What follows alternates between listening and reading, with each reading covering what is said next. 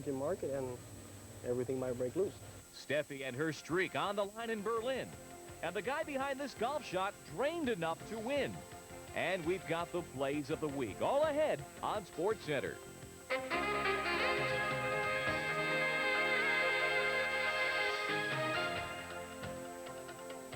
And hello, welcome again to SportsCenter. Along with Dan Patrick, I'm Bob Lee. We start with the basketball. When the Lakers ruled the NBA, we talked about showtime and glitz and beauty and whatnot. It's Detroit on top. It ain't necessarily pretty, but they get the job done. Sure do. Great defense. That's the way to do it in the NBA. The Pistons, they had 2 titles to defend on Sunday. The one of being world champs, the other one designating them as the best defensive team in basketball. Detroit is greedy for another championship and being stingy on the D in the process. For the second year in a row, Detroit met up with the Air Force in the conference finals. I don't think Chuck Daly had to tell his team, look out for Jordan. He's averaging 40 a game. And Michael Jordan showing he even has limits. Can't get the alley-oop, at least on the way up. He had 26 in the first half. Isaiah, the alley-oop, or oops, to John Sally, and Isaiah puts it in himself. Did Sally interfere with it? He's not going to tell. Late in the first half, Jordan driving and gets knocked to the floor. He landed hard on his hip. He was forced to leave the game briefly. And in his absence, rookie B.J. Armstrong out of Iowa. And facing the veteran Isaiah. Isaiah picked his pocket. Isaiah missed the hoop, but Sally's there for the follow-up. Pistons by 4 early in the second half. Second period, Jordan returned shortly. I don't think he looks hurt here. Jordan, the aerodynamics, son of Flubber. He had 34 for the game, 26 in the first half. But he's still limping. 43-39 Bulls at the half. Second half, Chuck Daly tells Joe Dumars take over. Isaiah finds him on the outlet. Dumars, last year's MVP in the finals. Dumars for 3. Good. Dumars then beating Jordan to the hoop. The pull-up jumper. Good. 54-51 Pistons. Dumars outscored Chicago in the third period. Scottie Pippen trying to keep the Bulls in the game. 75-68 Detroit. Isaiah, though, will answer from the corner. Detroit had answers to every Chicago question. Dennis Rodman loves it. So did the bench, and that bench played an important part. Detroit's bench outscored Chicago's reserves 27-12, and Chicago loses. Last year they won Game 1. In the Eastern Conference Finals, they lose it 86-77. Chicago shooting 37% from the field. Detroit now 23-6 against the Bulls over the last 3 years. And following their victory in Game 1, the Pistons talked about the physical nature of this game. He went up in the air and got off balance and went down, and that's going to happen to any player that spends as much time in the air as he does. 3 times he went down. That's his fault. His balance was a little off today. I just didn't feel 100%, but yet I was out there, and I was trying to maintain what I was, the momentum that I had in the first half, and I just couldn't get it going in the second half. And, you know, we as a team, I just think that we really didn't do as we did in the first half either. The first game is a strange game in a 7-game Eastern Final playoff because last year we lost it. You have to be, a lot of strange things happen. People shoot air balls that normally don't. We saw a lot of those today. People miss free throws that don't miss free throws. There's a little bit more pressure. We will have more on Game 1 of the Pistons' victory over the Bulls, including Detroit's game plan in quieting Michael Jordan. Game 2, back in the Palace Tuesday night. Chicago has dropped 6 in a row there. Bob? Well, the NBA's best are still playing. The NBA's worst were praying today, praying for their weighted ball to fall in the lottery. The ping pong balls were selected in secrecy. We saw sealed envelopes today, and a commissioner who has proven his versatility over the years. He's even now branching out to other sports. The Minnesota North Stars select 6th.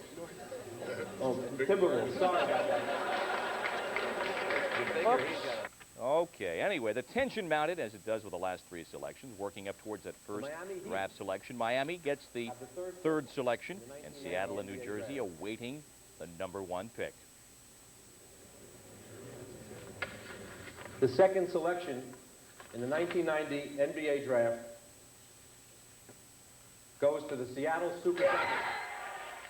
I'm very happy because I think I know that this will mean a lot to the franchise, and I think this is very important. I mean, this is a positive thing that's happened to us. You can be in the lottery, and the way it was before, they had a third and a fourth, and this year we were the worst team in the league, and now we got a chance to make the first choice in the draft this year. We're still trying to evaluate our team, and you know, Casey took over as coach. Bernie's got a new role, so we'll sit down collectively and the next couple of weeks and continue to look at what our needs might be and what things we might want to do. So for the first time, the New Jersey Nets will have the first draft selection. The irony, of course, with Willis Reed is that he could be the Atlanta head coach in a couple of days.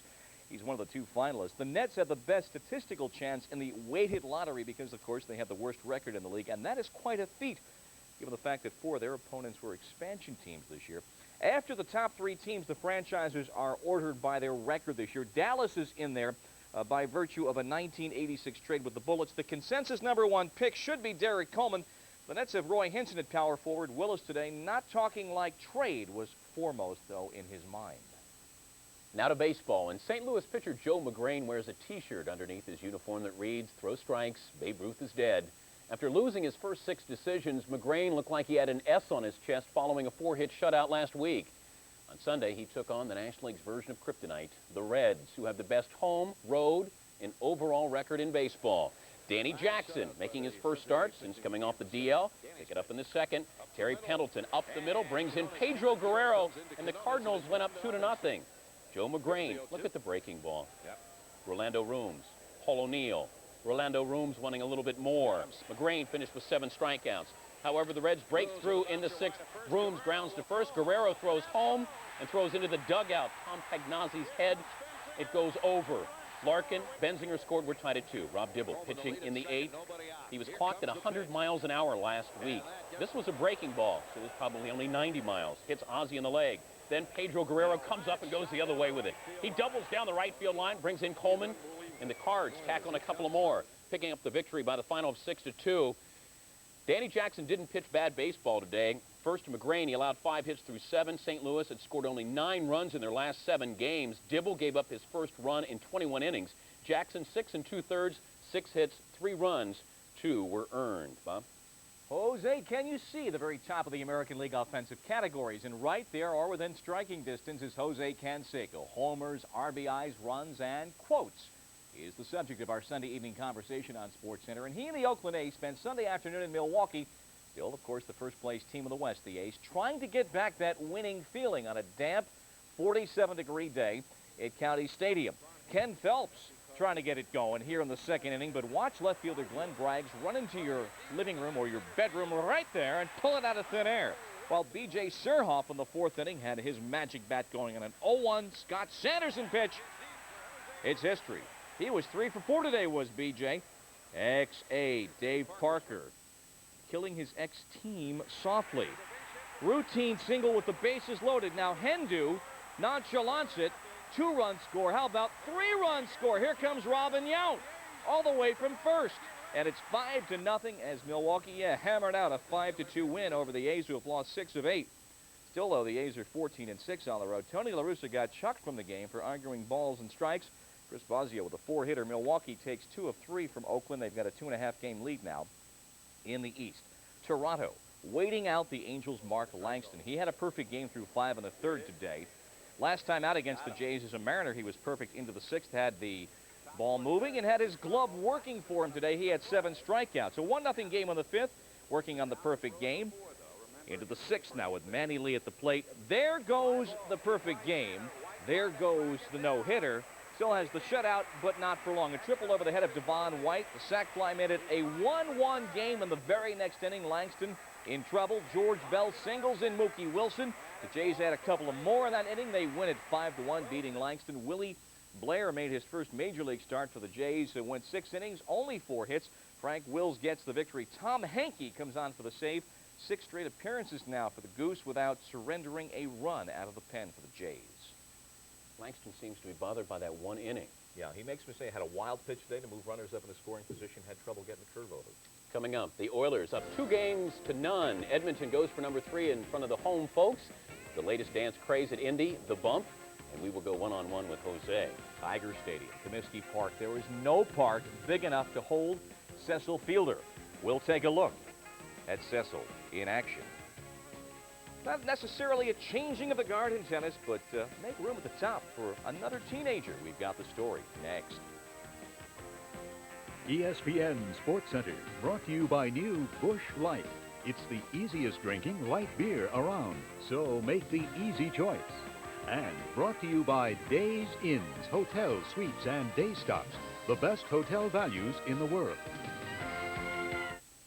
Reading War and Peace is hard.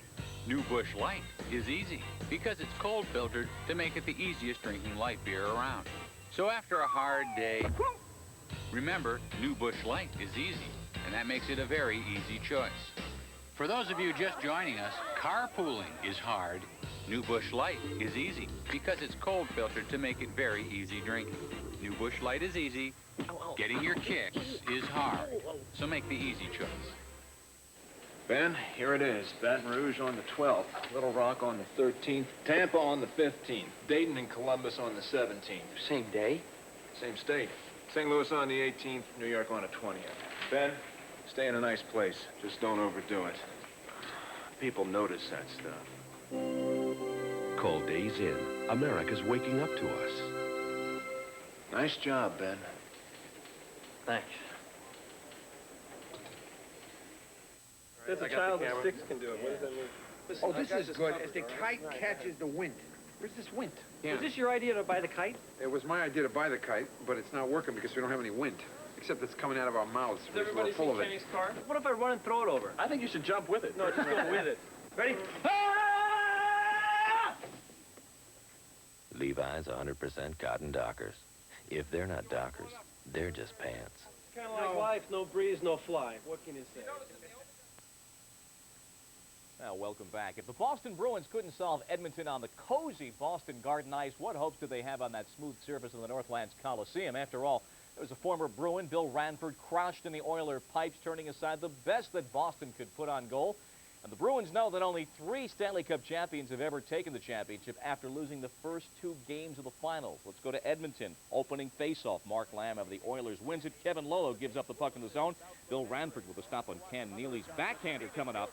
But then rookie John Bice scores on the rebound 10 seconds into the game. Bruins up 1-0, tied for the quickest finals goal in history. Randy Burridge to Greg Johnston, little known, little used, big goal, 2-0 Bruins in the first. Now early in the third, Asa Tikkanen beating Andy Moog, cutting the lead to 2-1. Boston, Edmonton still hoping to rally and possibly sweep to the cup. But Bill Ranford was hot. Stones Randy Burridge late in the game, but Andy Moog tough as well. Martin Jelena using the speed to cut in on Moog. Moog is there for the save. And the rebound try is put wide. The Bruins on the road. You know, in the finals so far, the visitor has won every game. The Oilers still lead the series 2-1. But this victory for the Bruins ending the 6-game losing streak for the Oilers. The visitors, as we said, have won everything. Bice still hasn't played a regular season game right out of Wisconsin. In fact, had not skated for the Bruins in over a month. Back to baseball, and look out below because the next to last place Tigers are making a move in the East. Detroit is still 6 games under 500, but their recent 5-game winning streak has moved Detroit to within 6.5 games of the top. The Tigers saved their best for last when they look for a series sweep against the White Sox. 4-game winner Dan Petrie against Greg Hibbard, and some great defense. That's Robin Ventura. And he just comes up, knocking it down, and throws the bullet from his knees to get Ed Romero. Dan Petrie telling my teeth, excuse me, I just had Doritos. Speedster Ozzie Guillen at the plate, lay down the bunt. Petrie comes up throwing and gets Guillen at first. But the bat's warmed up. Tigers down 1-0 in the 4th. Gone. Cecil Fielder, his 16th home run of the year. Tops in baseball. And we're tied at 1. The game is tied at 2 in the 10th. Lloyd Mosby. And Mosby waits on the breaking ball, sends it up the middle. The clutch base hit brings in Dave Bergman. The go-ahead run. And the Tigers hang on to win it in 10 by the final of 3-2. Henneman now has 10 saves in 11 opportunities. 6 in a row for the Tigers. Cecil was 7 for 11 in this series. After pounding out 20 hits on Saturday, the Red Sox looking for more against the Twins. Ellis Burks, bottom of the 1st, and hits the lazy looper. Dan Gladden, Greg Gagne having problems. 2 runs will score. Red Sox up 2-0. Top of the 3rd, Kirby Puckett on 3rd. And Gary Gaetti grounds it to Boggs. Boggs throws home. Rich Gedman with the hidden ball trick because he hides it from Dave Palermo. Gedman tags him, but he has the ball in the other hand. Puckett was called out. Speaking about top of the fifth, Ken Herbeck. Gone. And Herbie gets this one to right. I don't know if anybody hits him harder. This one stayed in the foul screen. Number 7 on the year as he rips this Eric Hetzel offering. Then, one out, bottom of the ninth, Mike Greenwald first.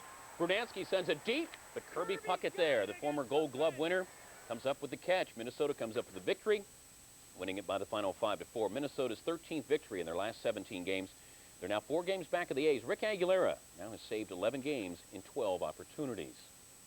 Well, the day began as a test for the Mariners' right-hander Scott Bankett. Fresh off the DL, it ended as a road show of home run derby in Cleveland with names expected and unexpected, spicing up the Seattle offense. Let's go to Cleveland. Top of the 6th in a tie game. Ken Griffey already with a solo home run in the second inning, and here he's hitting .375 when he hits his second of the day, deep to right, his 9th of the year. The Mariners take a 6-3 lead. Bottom of that inning, looks like a harmless walk that Brooke Jacoby is drawing here. Because Mike Jackson with a wild pitch. Jacoby goes to second, then Scott Bradley has trouble here. PB, pass ball, Jacoby's on third, then watch Jackson carefully on the hill. The umps did. Sits once. That's a balk. Jacoby comes home. It's a 6-4 game. Cleveland down by a run in the 8th. They've got runners second and third. Pounding for another one. Carlos Baerga hits one to the hole. It'll score 1 run. Harold Reynolds with the stop. Corey Snyder trying to come home with a go-ahead run. Play at the plate. No, sir. We're still tied at 6. We go to the 10th. Edgar Martinez, his second homer of the day. He's hitting .358. He and Griffey tear on the league up. The M's win it 8-6 despite or 8-7. Alomar had a homer in the bottom of the 10th. Mariners over the last 3 weeks as a team are hitting .296. By the way, Bankhead, 5 innings of 6-hit baseball. Ken Griffey Jr., 25 career home runs. 20 of them have either tied the game or given Seattle the lead. Yeah, the O's put the O's on the scoreboard today against Texas because of the pitching of Pete Harnish. He had 2 straight complete games and had his stuff today. Gets Julio Franco swinging, gets Harold Baines on the heater upstairs, and then Jack Doherty's going to take a look at the fastball. Good night. Bob Melvin nails Baines at second. 7 innings of 2-hit baseball for Harnish. He left with a 1-0 lead and would pick up the victory with help from Greg Olson. And this home run from Mickey Tettleton in the 8th inning, all the O's would need.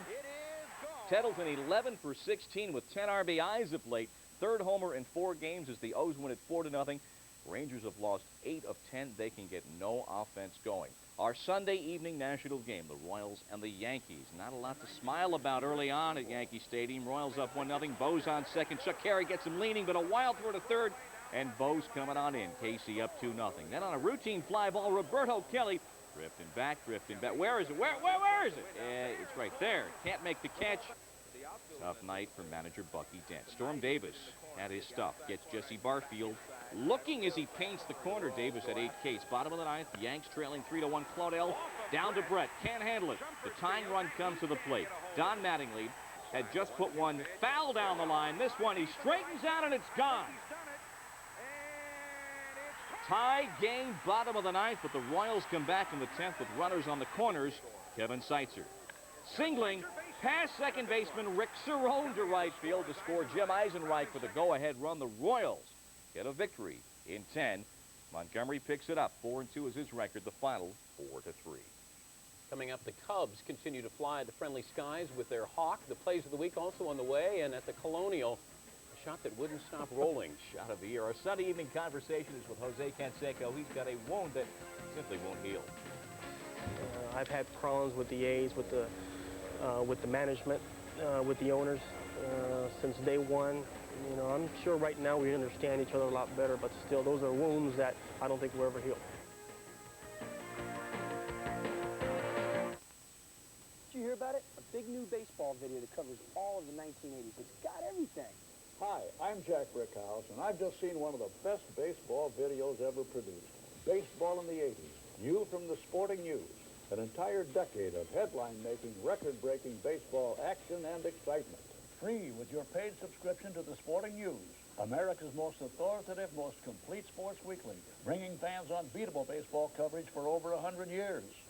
Call now to have the sporting news delivered right to your mailbox every week at a big 46% saving off the cover price.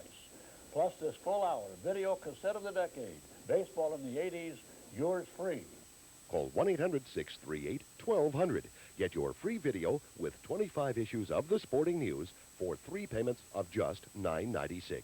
Save 46% off the cover price. Call now 1-800-638-1200. That's 1-800-638-1200. Tuesday, the action starts early when Darryl Strawberry leads the Mets against the Dodgers. Then the Red Sox face the Rangers. Tuesday afternoon at 4 Eastern, live on ESPN. Welcome back to our show. Coming up, the Sunday evening conversation. Jose Canseco doesn't just let his bat do the talking. He does quite well on his own. The charter member of the 40-40 Club claims he's like Madonna, a trendsetter and larger-than-life guy. Indeed, he is. It's difficult to keep up with the 26-year-old Jose, whether it's on or off the field, but ESPN's Chris Myers did. He sat down recently with the former Rookie of the Year and MVP for our Sunday evening conversation. There was talk, and I'm sure it was tongue-in-cheek, knowing you, but that you might go to New York, or the New York people jumped on that. What happened with that situation? Well, they were asking me about why do you hit New York so well. I think in the last 12 games or 15 games, I've hit 8 or 9 home runs and hitting like 450 or 500 against them. And I jokingly said, well, maybe I enjoy playing against New York. You know, I like the New York Stadium. It's electric, and maybe someday I end up playing for them. In a joking manner in the media, I know how they are. They picked up on it, and all of a sudden... Were you teasing a little, though? Yeah, teasing, playing around. But, you know, all options are still open. And a lot of them don't know if I'm fooling, if I'm joking, or if I'm serious. So. Well, along those lines, do you want to be traded? I don't know if traded. I mean, the free agent market's definitely coming up. And I think I'll be one of the most sought-after players in the free agent market. I haven't really discussed negotiations with the Oakland A's as of right now, but maybe in the near future. And I think a lot of things have to be considered, disadvantages and advantages playing in other ballparks. Is it important for you to have a long-term contract? I don't think it's real important. The reason is I'm only 25 years old. I see myself improving every year. I see myself getting better and better every year. So a long-term contract right now may not benefit me. Maybe the next couple of years I'll do 40-40 or 50-50, go into the free agent market, and everything might break loose. So it's not a priority for you to stay with the Oakland A's? It's not my main concern. There are a lot of disadvantages playing here at the Oakland Coliseum. The ball doesn't carry at nighttime. The foul territory is extremely large. I've had problems with the A's, with the management, with the owners since day one. You know, I'm sure right now we understand each other a lot better, but still, those are wounds that I don't think we'll ever heal. Is it important for you to be the highest paid player? Because when people talk about the best players in baseball right now, your name... Well, when you see players like Will Clark and Madeley making the $4 million a year, and you know, when you're talking about superstar players, all-around athlete, someone asked me the other day to define the best player in the game, or what the best players would be categorized, and I said, hey, definitely they would have to have power. They would have to be in the 35 to 40 home run range. They would have to be athletes. They would have to have great arms. They would have to have the ability to steal bases. They would have to be a well-rounded player in the sense of where you shut one part of their game down, they have another part to beat you with. Well, so along those lines, who do you put up? Who do you think are the top players in the game? I can't rate any first baseman in any league the best player in the game. The reason is most first basemen can't run. Most first basemen have average arms. Sure, you got Will Clark who's going to hit you 20 to 25 home runs, going to hit you 333. I think, in my opinion, batting average is very overrated. What wins the game is runs. At the end of the day, you see Oakland 5, New York 1. That's what's going to win the game. How your production is, runs scored, if you can get on base and you can steal bases, you got to be more than the threat in one area to be a superstar in this game. So would a guy like Bo... A guy like Bo definitely has an edge because he's a great athlete. I don't consider him the best player in the game because he hasn't proven himself as that yet, but he definitely could be the best player in the game.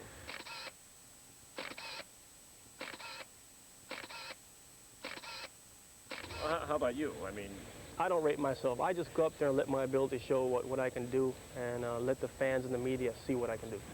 Have you felt any prejudice against you through the ranks of baseball because we're a Latin? I think there's a fine line between prejudice, racism, and a double standard. What I felt is definitely a double standard where some player, one example I made was Will Clark. There's no reason why the Giants had to give him a multi-year deal when he had one more year to play out. I think they respected him as a person, they respected him as a player, they respected what he's done for the organization, put them on the map, all the efforts he's put towards the organization, and they compensated him for that. When this issue came out, I just felt that the Oakland A's, for what I've done for the team, the hard work I've really put into it, the hard work I'm still putting into it to improve as a player, putting the A's on the map, I consider myself a large part of that, to have that sort of respect. And the main thing, the main issue was that Sandy Alderson used those tactics in spring training for negotiating, trying to use my off-field events, and I told him, you want to find a right fielder, get the Pope to play right field. Let's see how many runs he's going to drive in. Let's see how many homers he's going to hit. Let's see how many stolen bases he's going to have. Let's see how much production he's going to produce to help the team win. I think the #1 issue here is win games.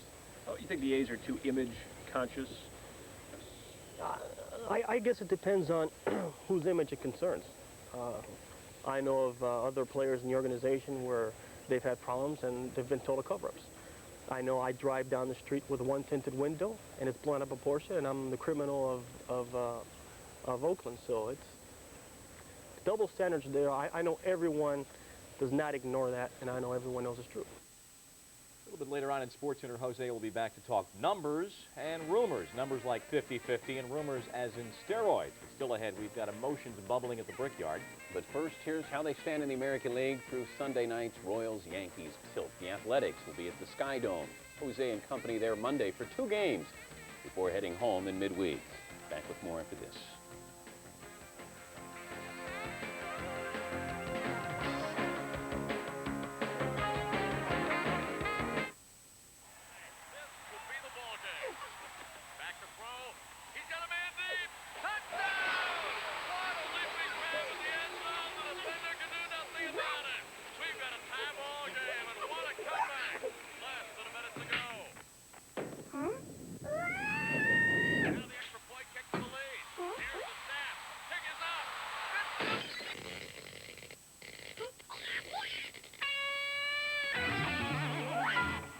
If I had a Nissan 240SX, it'd be a red coupe.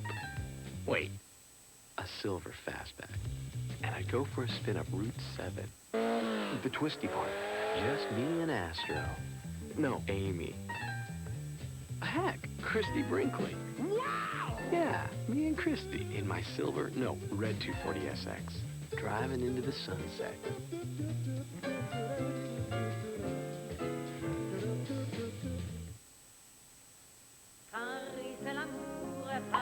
Paris, where romance is set free to soar, to dance, tethered to the city only by heartstrings. Follow it and you will find its source, the very essence of romance captured in a bottle. Moet, France's best-loved champagne.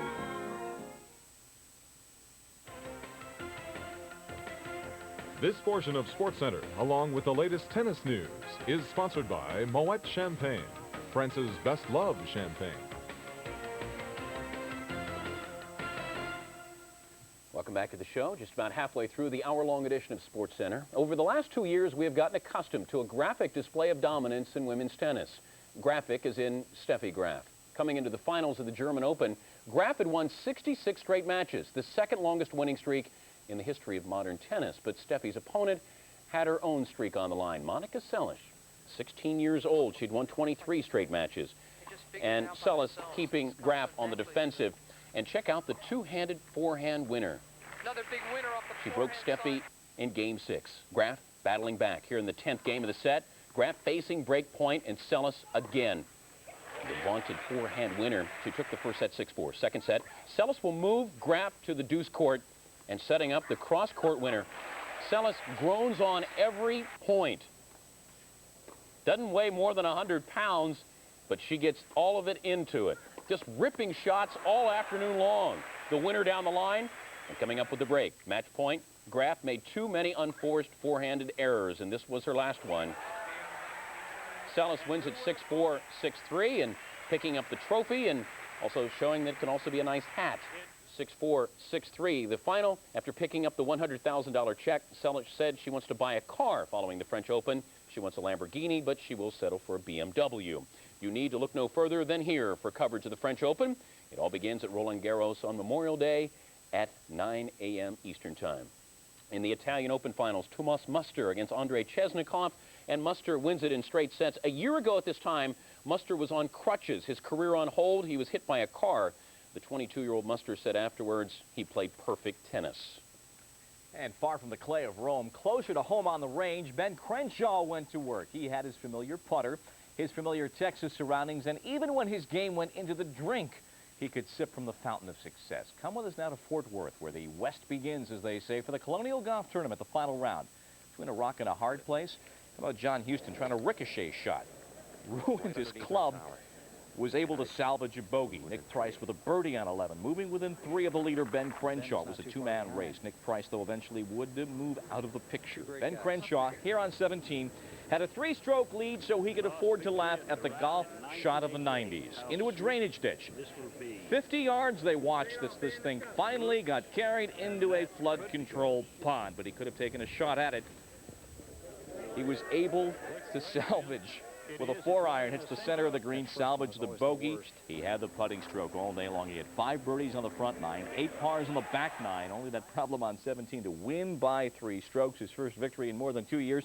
The second time he's won at the Colonial. Morning thunderstorms had softened up the greens. Gene Sowers at a 62 today. Mike Holmberg a 63. Lee Trevino, seniors champion. This is not a recording. It is his 4th victory in 8 outings this year. The Doug Sanders Celebrity Classic in Houston. Trevino with a 69 today. He was 13 under a tournament record. Doug Sanders, 29 strokes back. High Point, North Carolina, the ladies playing the Pat Bradley International with the modified Stableford scoring system. In other words, play aggressively.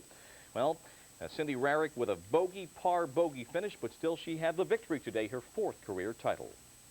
Well, the boys on the NASCAR circuit held their version of an all-star game at the Charlotte Motor Speedway on Sunday. The race, called the Winston, featured the 19 most recent winners of the Winston Cup races. The 20th entry was the dangerous Dick Trickle, who qualified by winning the preliminary race, and that was probably the most exciting race of the day. And here you see Trickle, last year's Rookie of the Year, trying to hold off Rob Morasso. Probably will win this year's Rookie of the Year honors, and Dick Trickle does. We move to the main event. Well, let's look at Dick Trickle once again. That's the margin. Now we move to the main event. The second of 2 races in the jump. Dale Earnhardt gets on Bill Elliott. It was all the man in black. Dale Earnhardt coming to the finish line of the 20-lapper. It's Earnhardt, followed by Ken Schrader. Earnhardt led wire to wire. He also picked up $325,000 for his weekend of work. Earnhardt, the first 2-time winner of this event, and not bad. He picked up $50,000 for leading after a 50-lap segment of this event. They had 3 races in all. Trickle, who started out 20th, finished a strong 6th. Well, Randy Barnes brought home a silver medal from the Seoul Olympics. Today, the shot putter from Texas adding the world record to his rather considerable resume. It happened in Los Angeles live here on ESPN. Just as Barnes had predicted it would. He won a $50,000 bonus with a 75-foot, 10 1/4 inch throw that beats Ulf Timmerman's record by 2 1/4 inches. Those two may be meeting head-to-head or shot-to-shot at the Goodwill Games. Jose Canseco goes for distance in the second installment of our Sunday evening conversation. We will also be on the bubble at Indy and in the pits with the Pistons. And struggling with the ace of the Astros, who drew another dead man's hand again today. Houston's happenings as we continue on the 60-minute Sports Center. Don't go away. Daihatsu owners talk about Daihatsu from Japan. When you can recommend a car to your best friend, you are driving the right car. We're talking about style and performance. Japanese quality I can afford. You get the same quality in Rocky, the wide-track 4x4 by Daihatsu. That zippy four-cylinder fuel-injected engine really gets it around. And Rocky has the widest wheel track in its class. Today, there's a Daihatsu that's just right for you. Daihatsu, one of the most respected names in Japan for over 80 years. Okay, let's just say that this is about the size of an ordinary hotel room.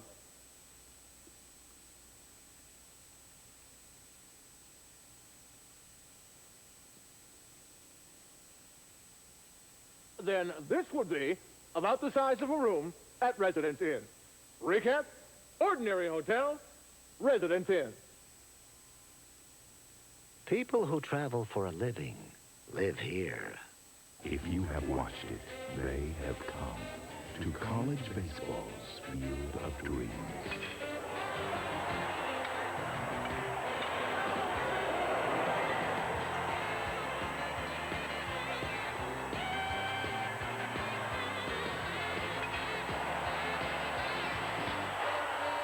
The NCAA College World Series begins Friday, June 1st, live on ESPN.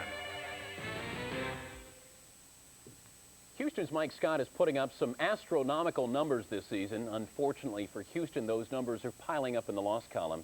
Scott, the league's only 20-game winner last season, was 1-4 this season with an ERA hovering around 6 when he faced the Cubs, who were in for the weekend sweep, at least looking for that, and Andre Dawson looking for more. 6th inning, facing Scott. Gone. This is tough to do. Hit it out of the dome in center field. Dawson's 13th home run, Cubs up 3-1. Then in the 7th, it's Dawson again. Different pitcher, Danny Darwin. Doesn't go as deep, but just as painful. 41 RBIs for Dawson. He brings in Mark Grace, Cubs up 5-1. In his major league debut, Sean Bosky thought he was going to take on the Omaha Royals today instead of the Astros. Got Bill Doran. Got Franklin Stubbs. Glenn Davis? Sure, why not? A complete game for Bosky. This team needs desperate help in the rotation. Bosky, a godsend. The Cubs pick up the victory by the final of 5-1. Bosky, a 5-hitter, struck out 6, walked 1. Scott, 4 runs on 9 hits in 6 innings. The Astros, the only major league pitching staff without a complete game. He's not the complete player he once was, but Andre Dawson putting up numbers strikingly similar to his MVP season of '87. After 36 games that year, he was batting .339, 12 homers, 38 RBIs.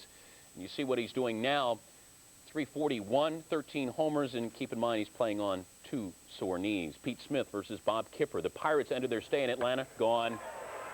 Top of the first, Barry Bonds off Pete Smith. The Pirates up 4-0. Dale Murphy didn't look like he got all of it. Back in his great home run days, he used to go the other way. We were tied at 4. Murph had 2 homers, 5 RBIs. Bottom of the 2nd, Braves rally again. Jim Presley not hitting homers, but coming up with a base hit. Braves got 6 runs. It's 10 for Atlanta. Bobby Bonilla. This one goes the other way. 2 homers, 2 doubles, 4 RBIs, 5 runs scored for Bonilla. 11-6 Braves. In the 9th, Uncle Buck, Charlie Kerfeld, facing Don Slott. Slott comes up with a base hit. Van Slyke and Bonilla score 13-11. Joe Baver in. Bases juiced. 2 outs. John Cangelosi, see ya. Braves hang on and win it. Dramatic style. It doesn't get any better than that. 13-11. Murph 2 homers. Gant 2 homers. Bonilla 2 homers. 16 hits for the Braves. Baver, his 5th save of the year. I've never seen you so excited. You're Top on that. Fire, yeah. Saturday night was all right for scoring in L.A. 14 pitchers played between the Dodgers and the Phils. What pitching there wasn't. 27 runs, 39 hits, 5 errors. The Phils won the game 15-12. Well, these are a couple of second-place teams, but the Phils are in the chase. The Dodgers way behind the Reds. Sunday, the Dodgers made like contenders. Now, Tommy, is that a lifeline, your love line? No, it's a line drive. Bases loaded. Bottom of the 4th. Bingo. Alfredo Griffin singling. Hubie Brooks, Mickey Hatcher score. The Dodgers take a 3-1 lead. Ramon Martinez knows you've got to do it because the pen can't help you. Gets Darren Dalton swinging. Gets Darren Dalton looking. Gets Charlie Hayes swinging. You get the picture. 8 Ks for Ramon Martinez. The Dodger offense here leading at 5-1 in the 6th. Cal Daniels, he thinks it's out. The cameraman thought it was out. turned into a single. Sharperson came in. He only got, though, Cal Daniels a single on this one, but the Dodgers won the game by the count of 6-3. And Griffin, you see what he does career-wise with the bases loaded. The Mets continue to careen. The Padres held the cue stick today. Roberto Alomar, a 2-run single off reliever. Ron Darling in the 7th. The Padres win at 3-1. Craig Lefferts gets the job done in relief. He has inherited 15 runners this year. Only 2 have scored. The Expos finished up at the stick. They got back-to-back homers from Canadian Larry Walker and then Tim Wallach. Then in the 11th, it was Atlee Hammaker, first pitch to Wallace Johnson. That home run deciding the game by the count of 6-5. Most people stop and watch Michael Jordan. The Pistons, they just try to stop him.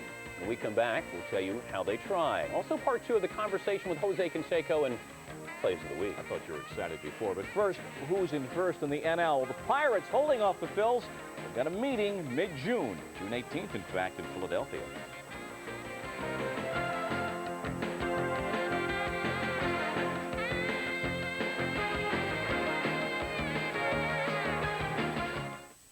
Busch Light presents the difference between hard and easy.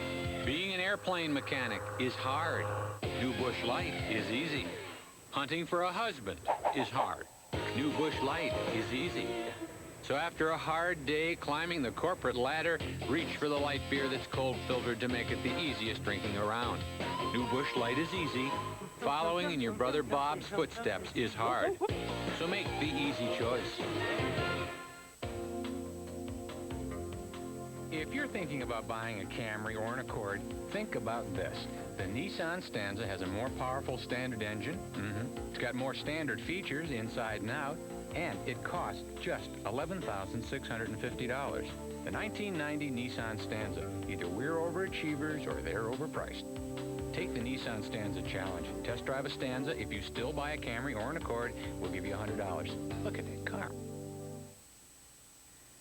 Well, the Indy 500, the preparations continue. Sunday, Bubble Day. It brings that curious juxtaposition of men standing still, nervously watching other guys hurtling through space at well over 200 miles an hour with their futures decided in hundredths and thousandths of a second. And so it was Sunday afternoon again at the Speedway. Would you be bumped from the grid? Would you be in there? Jeff Andretti on the bubble looking for his first Indy appearance. His dad, Mario, already in his 25th, but Salt Walter bumps the young Andretti.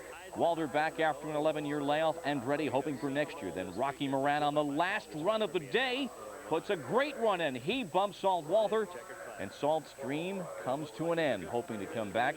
Moran's 4-lap average puts him in the grid for next weekend. You know, it's kind of ironic. I came here in 1987, my first year here at the Speedway, and I drove for Salt's father, George, and it's kind of tough. We didn't make the race that year, and he hasn't made it yet since he's been back, and it's kind of tough that I had to knock him out of all people. It's the fastest row or the fastest field totally in history. Billy Vukovich is in there. John Paul Jr., a year and a half now out of prison since he did 2.5 years on drug charges. And Rocky Moran, Johnny Rutherford, did not have time again or speed again today to qualify.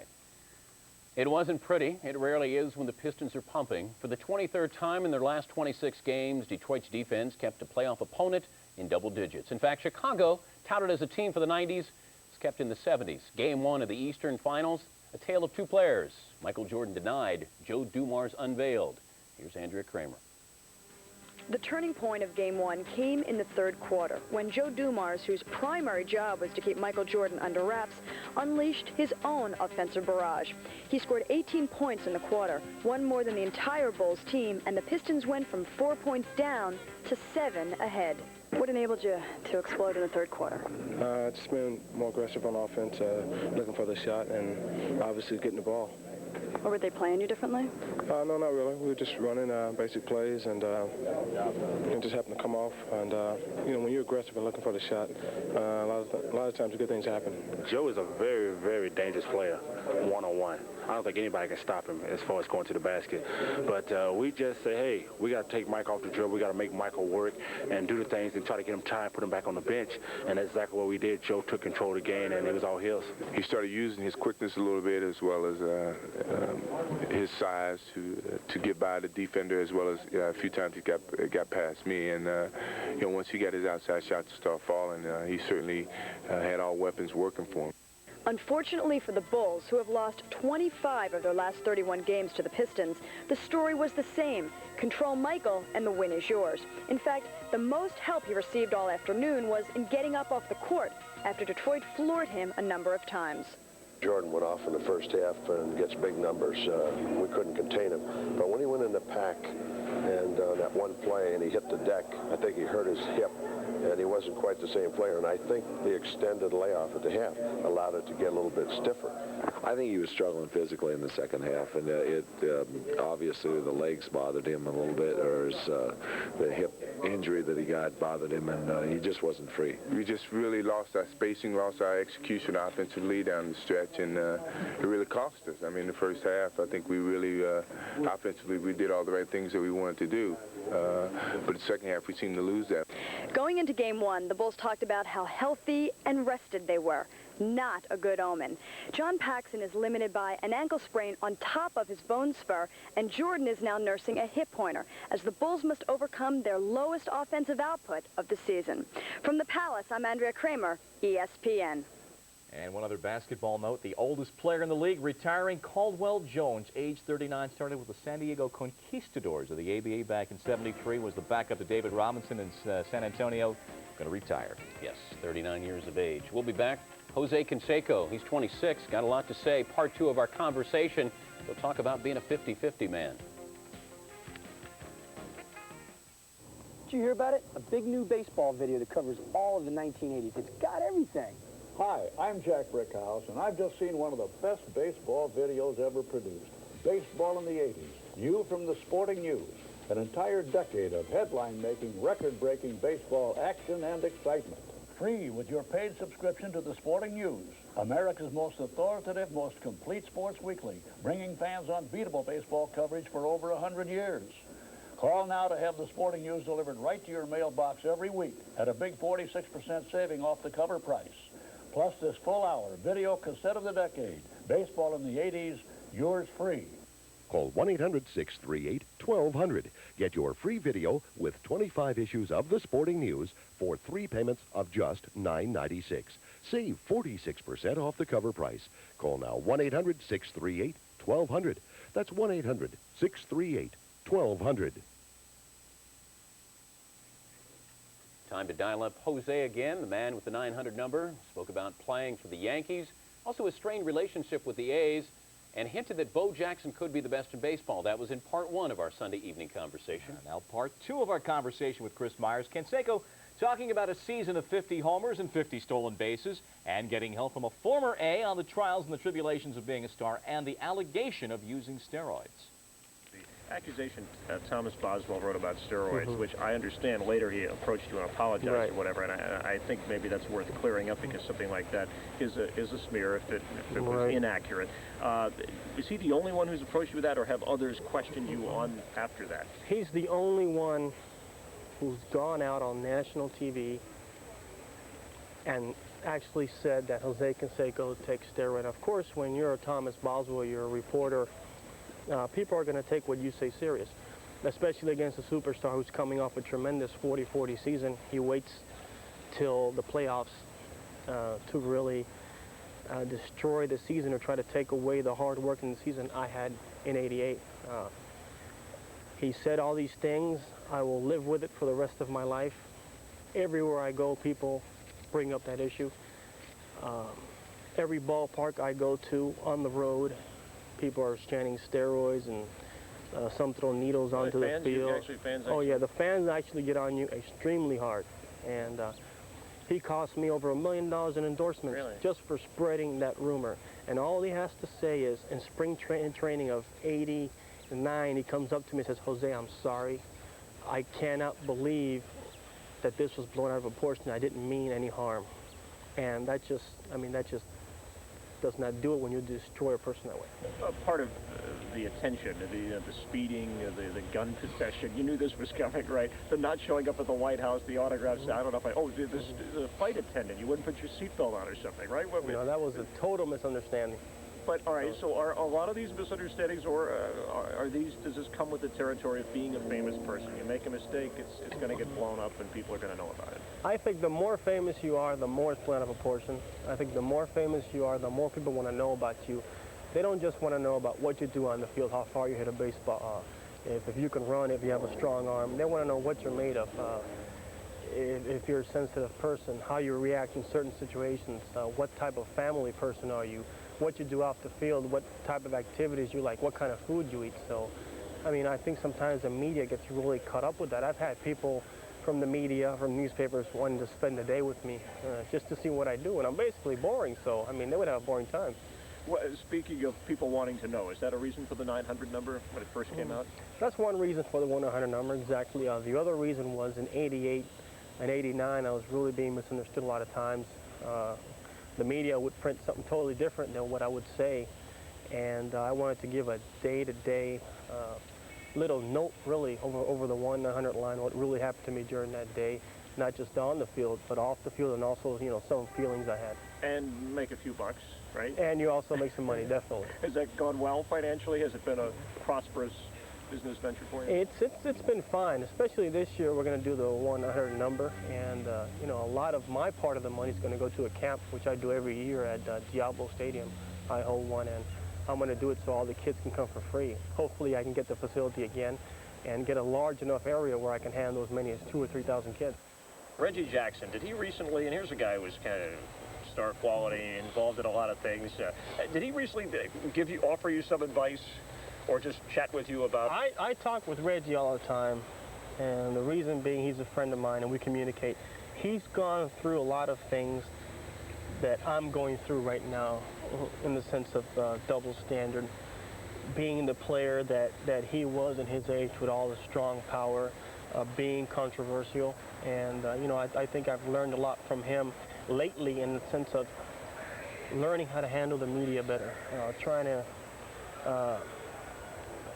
help your cause and trying to use them, not really use them, just trying to have an advantageous conference with them and trying to get something positive out of the media, because a lot of things are misunderstood or have double meanings, and it's always taken out of context. All year at shortstop, and probably be denied a Gold Glove because Fernandez made only 6. Canseco bids for the second homer of the inning. If it's fair, he's got it. Whoa. And it settles into the upper deck. Oh, my goodness. Have you had time to think about that? I'm sure people ask you about it a lot, or watch it on VHS at home or whatever. And what do you recall when you think back about that particular swing? I can remember the at-bat. Remember it was a fastball then. I took a really strong swing at it, and I hit it well. I sort of got under it, and the ball just carried a long way. And at the time, I didn't really realize how far I had hit that ball until the next day in batting practice, where I said, well, let me see if I can try to hit one up there again. And I couldn't even do it during batting practice.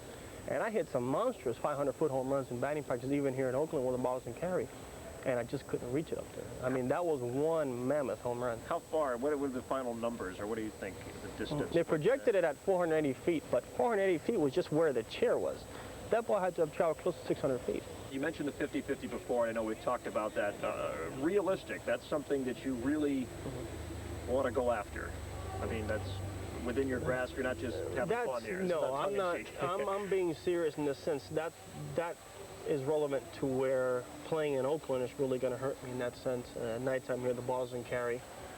But you're at least you have natural grass, right? Which natural helps. grass is going to take away anywhere from 10 to 15 home runs away from me. I know in '88 when I hit the 42, I counted 16 that I lost here in Oakland. So those are considerations that I had to take.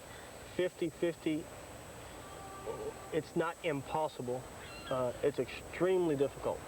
And definitely, I think I have the ability, and with some more hard work, I think I will be the only player in the history of baseball to accomplish that sooner or later. This portion of SportsCenter and Sunday's Conversation is brought to you by Days Inns, Hotels, Suites, and Day Stops, the best hotel values in the world. Ben, here it is. Baton Rouge on the 12th, Little Rock on the 13th, Tampa on the 15th, Dayton and Columbus on the 17th. Same day? Same state. St. Louis on the 18th, New York on the 20th. Ben, Stay in a nice place. Just don't overdo it. People notice that stuff. Call Days In. America's waking up to us. Nice job, Ben. Thanks.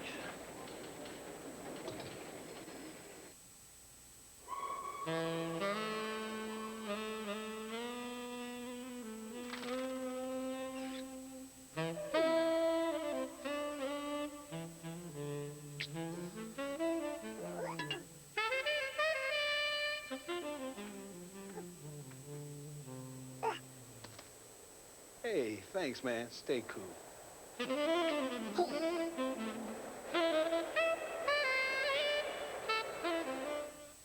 Okay, here we go. I'd move if I were you. I'm going to throw one. Wait, I still have one more dart. He's also got... Oh, he's got another dart. Well, then go ahead. I'd like to throw one backwards. Would you clear the room? Anybody have stock? Well... Anybody take stock? Anybody stocky? Let's play hard. Levi's 100% cotton Dockers. If they're not Dockers, they're just pants. Oh, there we go. Count it. That was close. What's that? Use a dangling participle. You have to Hey, grab that'll it. be enough of that kind of talk. Didn't you just yawn in my face? Tuesday, the action starts early when Darryl Strawberry leads the Mets against the Dodgers. Then the Red Sox face the Rangers. Tuesday afternoon at 4 Eastern, live on ESPN.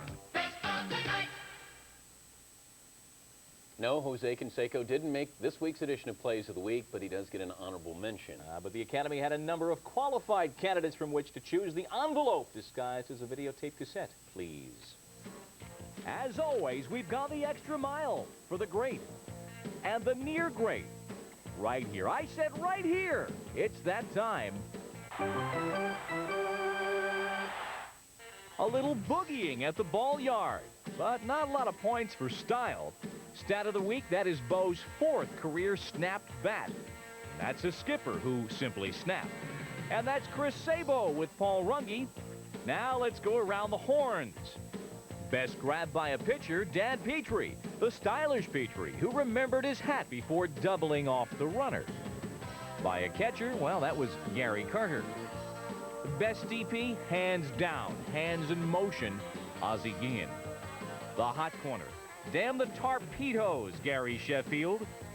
The wide open spaces, patrolled by Robin Yount. Sammy Sosa. Thefts at the wall by Joe Orsulat. And Paul O'Neill. Best grab by a ball boy, this fella in Milwaukee. Trouble was, the ball was fair. Best pitch out that wasn't, by Joe Klink. How stifling is Detroit's D? Watch John Sally. Why are the Blazers in the Final Four? Watch Clyde the Glide. Best moments in a hockey marathon. Andy Moog catching a rest. Ray Bourque missing a check. Best unidentified glop on the diamond. Ken Howell's gum. Hey, we said we'd cover baseball like nobody else. Best performance in a Sky Dome hotel room. No. It was this, an instant souvenir, courtesy of Scott Bradley. Time's up, and don't laugh, Pudge. Your daughter might bring him home. ESPN's Plays of the Week are brought to you by Coldwell Banker, the home sellers. We take the mystery out of finding and financing a home. Call today. From the street, all real estate companies look pretty much the same. What you're about to see is what makes Coldwell Banker different. I got it! Hello? Oh, okay, hold on. Mom, Dad, it's Coldwell Banker again! We stay in touch with you every step of the way. Call Coldwell Banker, the home sellers, a member of the Sears Financial Network. To protect your car's rubber, vinyl, and plastic from the elements, you could use Armor All Protectant and drive your car to work.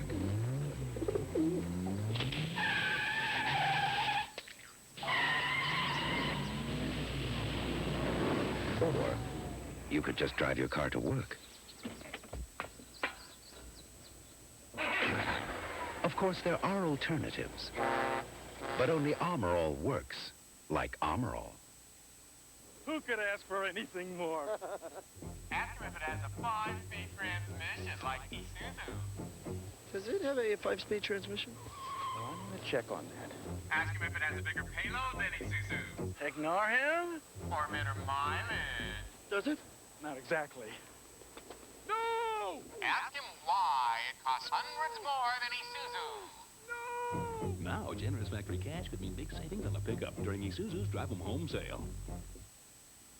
And Monday, the other half of the NBA semifinal ballet gets underway. Phoenix is in Portland to start the Western Conference Finals. Brian Holman is flying with baseball's best curve, going for a 7th victory. And the Tigers send Jeff Robinson to the hill against the Royals, looking for a 7th straight. We'll have it all here on SportsCenter. Ladies Pro Bowling from Tampa's up next. Thanks for joining us. I'm Dan Patrick. And I'm Bob Lee. We'll see you tomorrow. Good night. SportsCenter is brought to you by Levi's Dockers. If they're not Dockers, they're just pants.